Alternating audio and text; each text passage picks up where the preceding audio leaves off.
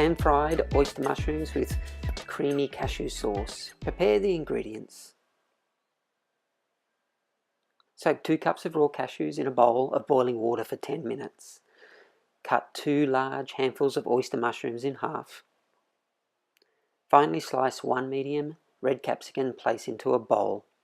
Add 1 handful of salad greens into the bowl. Slice 1 cucumber into small pieces and add to the bowl. Toss the salad lightly and set aside.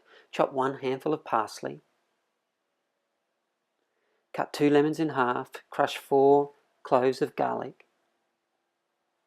Drain the cashews and place into a blender with the garlic. Add the lemon juice, half a cup of water and a pinch of salt. Process on a high heat for a few minutes until smooth and creamy. Place the oyster mushrooms in a hot pan, season with salt and saute until brown. Turn when golden brown and cook on the other side.